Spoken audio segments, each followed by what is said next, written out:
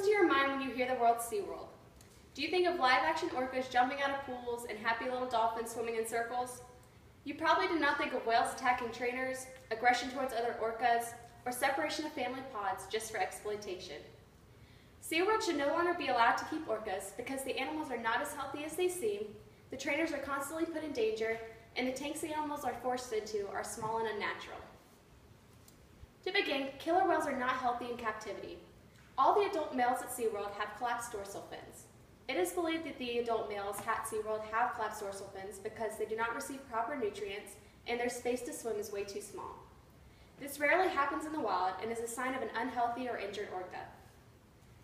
Also, they consume an unnatural diet of pig and cow bones, gelatin, and frozen fish.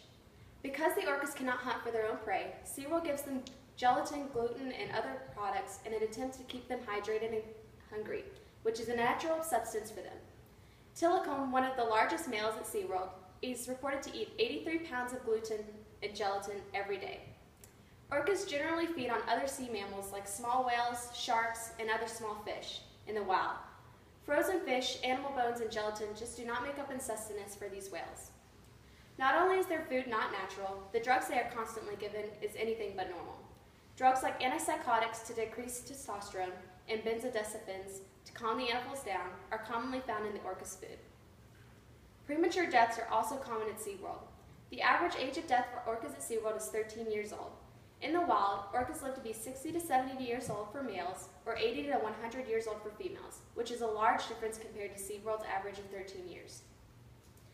Also, the trainers are anything but safe.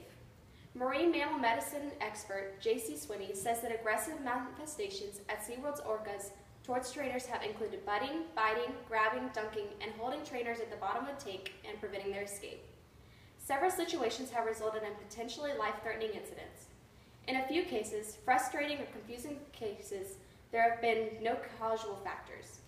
Since 2000, there have been 3 trainer deaths involving orcas and 44 aggressive incidents with the orcas that led to injury at SeaWorld. Trainers are performers, not biologists. They didn't go to college to get a marine biology degree. They are there to entertain, not educate people about the animals. This lack of knowledge of the animals can eventually hurt the trainers. There are many examples of injuries produced around the orcas. Joanne Weber, 28 and trainer for 15 years, had a 3-ton orca can-do land on her during a rehearsal. She fractured a bone in her neck and could no longer move her head. In other incidents, Chris Barlow was rammed during a show and Mark Mayhew was bitten on the hand while feeding a whale. Jonathan Smith was reportedly dragged on the bottom of a 32-foot deep pool and escaped with a punctured kidney and 6 laceration marks. The animals are dangerous, and even with veteran trainers, there's anything that could go wrong. The tanks the orcas are held in are not safe or natural. Killer whales in the wild are typically 23 to 32 feet long. The tanks at SeaWorld are only 50 feet deep, which is less than twice the length of the animal. In the wild, a typical killer whale dives about 80 feet after breaching, which is impossible in a 50-foot tank. Because the tanks are not deep enough, the orcas typically get sunburned. The burns are covered up with black zinc oxide to hide the wounds from the public eye. Orcas typically swim about 100 miles a day, a much larger distance than the orca's small pool, which to them is the size of a bathtub. Veteran J.C. Swinney says that they're curious enough to be interested enough, but they'd be driven neurotic in a year because the novelty eventually wears off.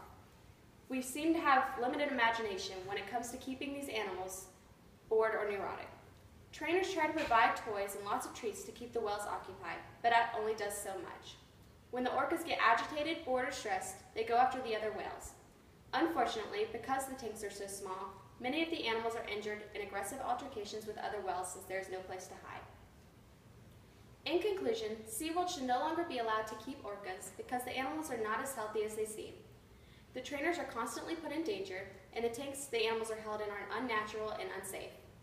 SeaWorld is not where people should flock to see these beautiful whales.